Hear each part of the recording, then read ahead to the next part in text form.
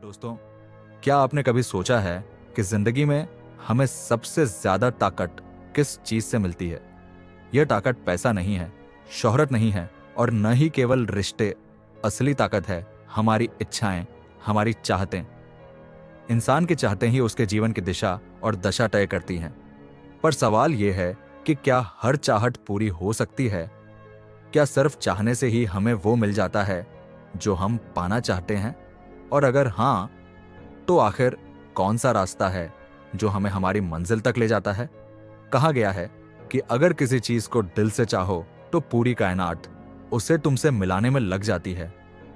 यह सुनने में जितना आसान लगता है उतना ही गहरा भी है। लेकिन सच्चाई यह है कि केवल चाहने से नहीं, बल्कि उस चाहत पर विश्वास रखने से, उसके लिए काम करने से और अपनी ऊर्जा उसी ओर मोड़ देने से इंसान वहां पहुंचता है जहां वह पहुंचना चाहता है। जरा सोचिए, अगर हमारे भीतर कोई गहरी चाहत ही ना हो तो हमारी जिंदगी कैसी होगी? यह चाहत ही है जो हमें हर सुबह जगाती है। यह चाहत ही है जो हमें मेहनत करने के लिए प्रेरित करती है। और यह चाहत ही है जो हमें थक जाने के बाद भी हार मानने नहीं देती।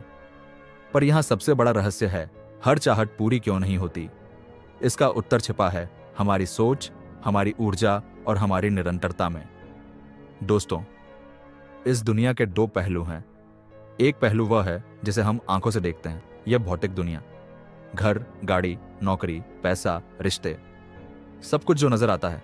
लेकिन दूसरा पहलू है अदृश्य दुनिया, जिसे हम आंखों से नहीं देख सकते, पर वह हमारी जिंदगी को गहराई से प्रभावित करती है। यह है हमारी आंतरिक दुनिया, हमारे विचार, हमारी भावनाएं और हमारी इच्छाएं। यही आंतरिक शक्ति है जो बाहरी दुनिया को आकार देती है। कई बार लोग शिकायत करते हैं, हम कितनी मेहनत करते हैं पर हमें सफलता क्यों नहीं मिलती? जवाब है कि मेहनत जरूरी है, लेकिन अगर मेहनत के पीछे एक साफ नीयत, एक पवित्र चाहत और उस पर अटूट विश्वास नहीं है तो मेहनत अधूरी रह जाती है। जिस तरह बीज बिना मिट्टी और पानी के अंकुरित नहीं हो सकता, उसी तरह मेहनत बिना सही चाहत और विश्वास के फल नहीं देती। अब सोचिए, जब आप अपनी चाहत को स्पष्ट रूप से पहचान लेते हैं, जब आप उसे अपनी आत्मा के गहराई में महसूस करने लगते हैं, तब आपके आसपास की पूरी ऊर्जा उसी चाहत को पूरा करने के लिए सक्रिय हो जाती है। यह ब्रह्मांड का नियम है। मशहूर लेखक वेन डायर ने कहा था, हम सभी जितना समझते हैं उससे कहीं ज्यादा सक्षम हैं। लेकिन समस्या यह है कि हम अपने भीतर छिपी इस क्षमता को पहचान नहीं पाते। हमारी इच्छाएं अक्सर सतही होती हैं। हम वही चाहते हैं जो समाज हमसे चाहता है, जो पड़ोसी के पास है या जो फैशन में चल रहा है। लेकिन सच्चाई यह है कि हमें अपनी आत्मा की गहराई में जाकर अपनी असली चाहत को पहचानना होगा। एक बार जब असली चाहत सामने आती है तो इंसान की पूरी ऊर्जा उसी दिशा में काम करने लगती है। यह चाहत किसी और से बेहतर बनने की नहीं होती, बल्कि यह चाहत खुद को अपनी सर्वश्रेष्ठ अवस्था तक पहुंचाने की होती है। यही चाहत स्थायी होती है और यही पूरी होती है। अब सवाल यह है कि हम अपनी इच्छाओं को पहचाने कैसे? सबसे पहले हमें चुपचाप अपने भीतर झांकना होगा। दिन भर की भाग दौड़, चिंता और परेशानियों के बीच हम अक्सर अपने दिल की आवाज को सुन ही नहीं पाते। लेकिन जब हम शांति में बैठते हैं, जब हम खुद से ईमानदार सवाल पूछते हैं, आखिर मैं सच में चाहता क्या हूं, तो धीरे धीरे जवाब सामने आने लगता है। कभी कभी हमारी चाहतें डर और असफलता की धूल में दब जाती हैं। हमें लगता है कि यह बहुत बड़ा सपना है, यह कैसे पूरा होगा? लेकिन सच यही है कि जब चाहत दिल से होती है तो पूरा ब्रह्मांड उसे हकीकत बनाने के लिए साजिश करने लगता है। दोस्तों, आप अपनी जिंदगी को देखिए। आज आप जिस जगह पर हैं वह आपकी पुरानी चाहतों का ही परिणाम है। आपने जो सोचा, जो चाहा और जिस पर विश्वास किया, वही आपकी हकीकत बनी। अगर आप अपनी नई हकीकत बदलना चाहते हैं तो आपको अपनी नई चाहत को पहचान कर उसे हर दिन जीना होगा। यहां धैर्य की भी बड़ी भूमिका है। कई बार चाहतें तुरंत पूरी नहीं होती।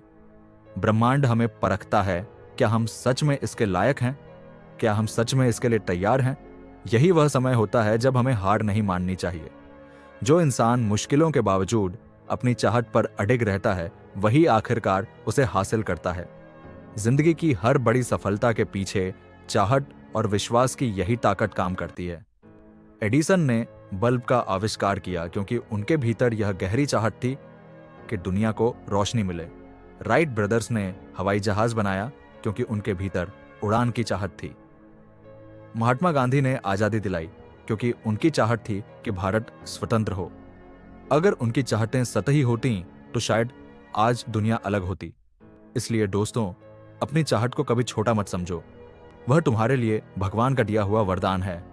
उसे पहचानो, उस पर भरोसा रखो और उसके लिए पूरे मन से काम करो। याद रखो, इच्छाएं तभी फलती फूलती हैं जब वे शांति और विश्वास के साथ जोड़ी जाएं। अगर मन विचलित है, अगर हम हर समय तुलना में उलझे हैं, तो चाहतें अधूरी रह जाती हैं। लेकिन जब मन स्थिर होता है और चाहत साफ होती है, तब वह चाहत धीरे धीरे हकीकत बन जाती है।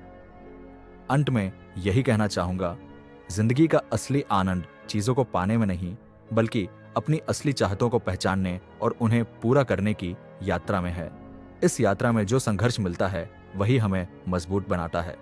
तो दोस्तों, आज ही बैठो और खुद से पूछो, मेरी असली चाहत क्या है? उसे लिखो, उसे महसूस करो और फिर हर दिन उसके लिए काम करो। यकीन मानो, चाहतें केवल ख्वाब नहीं रहती, वे एक दिन तुम्हारी हकीकत बन जाती हैं।